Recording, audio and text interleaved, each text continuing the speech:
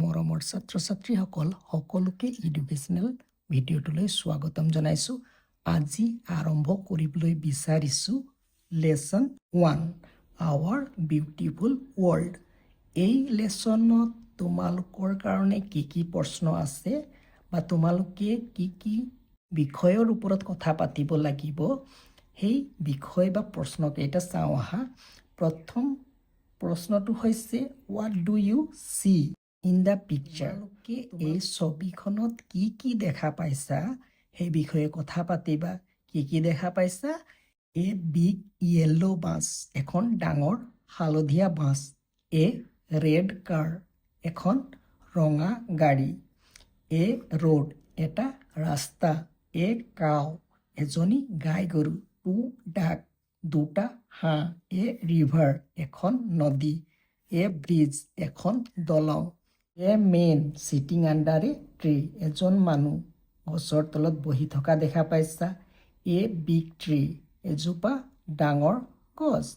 1 2 3 3 birds, তিনিটা চৰাই দেখা পাইছা। এ ফাৰ্মাৰ, এজন খেতিয়ক দেখা পাইছা। 2 বুল, দুটা বলদ গৰু দেখা পাইছা। এ হোম, এটা ঘৰ। হিলছ, পাহাৰবোৰ। ক্লাউডছ, ডাৱৰবোৰ। এন এৰোপ্লেন, উৰাজাহাজ এখন। ছান, আৰু কিছুমান বস্তু যিবিলাক তোমালোকে দেখা পাইছা সেইকেইটাৰো নাম উল্লেখ কৰি দিবা। এতিয়া কুৱেশ্যন নম্বৰ 2 কি আছে চোৱা। What do you see in the sky. Sky মানে আকাশ। আকাশত তোমালোকে কি দেখা পাইছা? আকাশত কি দেখা পাইছোঁ আমি চোৱাচোন। ইয়াত এই হোৱাইট কালাৰত থকাবিলাক কি হয়? ক্লাউডছ দেখা পাইছোঁ। এন এৰোপ্লেন দেখা পাইছোঁ। Next, what is the cow doing.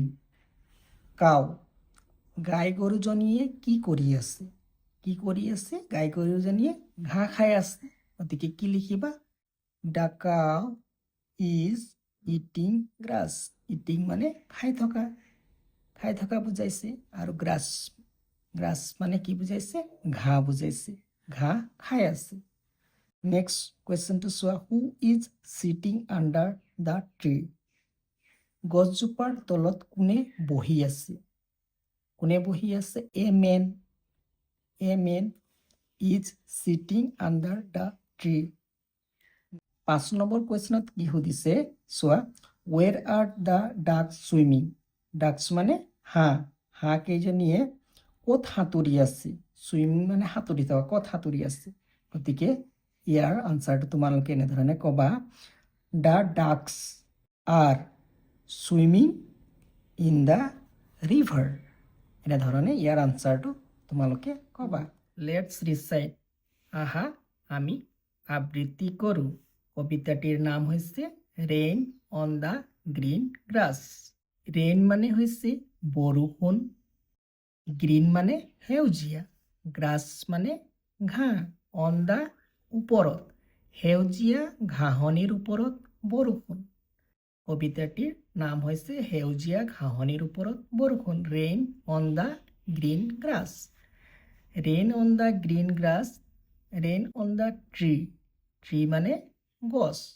গছৰ ওপৰতো বৰষুণ পৰিছে। Rain on the rooftop. Rooftop মানে ঘৰৰ ছাল। ঘৰৰ ছালৰ ওপৰতো বৰষুণ পৰিছে।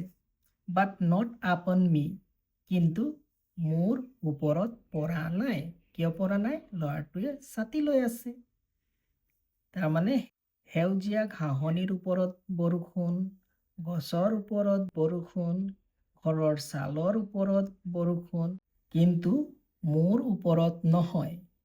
নাও let's recite the poem rain on the green grass.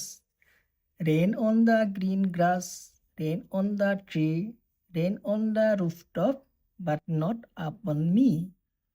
Rain on the green grass. Rain on the tree. Rain on the rooftop but not upon me. 3. Let's talk, আহা কথা পাতোঁ। Uh what do you do on a rainy day. বৰষুণৰ দিনত। Rainy day মানে বৰষুণৰ দিন। বৰষুণৰ দিনত তুমি কি কৰা? বৰষুণ দি থকা দিনত সাধাৰণতে কি কৰা হয় বাৰু?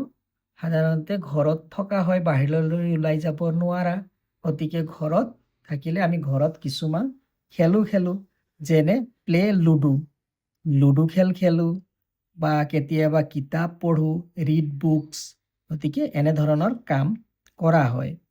B, what do you enjoy playing in the rain? বৰষুণত কি খেলি তোমালোকে ভাল পোৱা? কি খেলি ভাল পোৱা? বৰষুণত তোমালোকৰ বহুতে কি কৰে? Making paper boards. কি কৰে? বৰষুণৰ দিনত পেপাৰ বৰ্ডছ বনোৱা হয়, কাগজৰ নাও, making paper birds and playing, আৰু খেলা হয়, হয়নে? C, what do you use? Use মানে ব্যৱহাৰ কৰা। তুমি কি ব্যৱহাৰ কৰা? when it rains, যেতিয়া বৰষুণ দিয়ে। আমি সাধাৰণতে কি ব্যৱহাৰ কৰোঁ?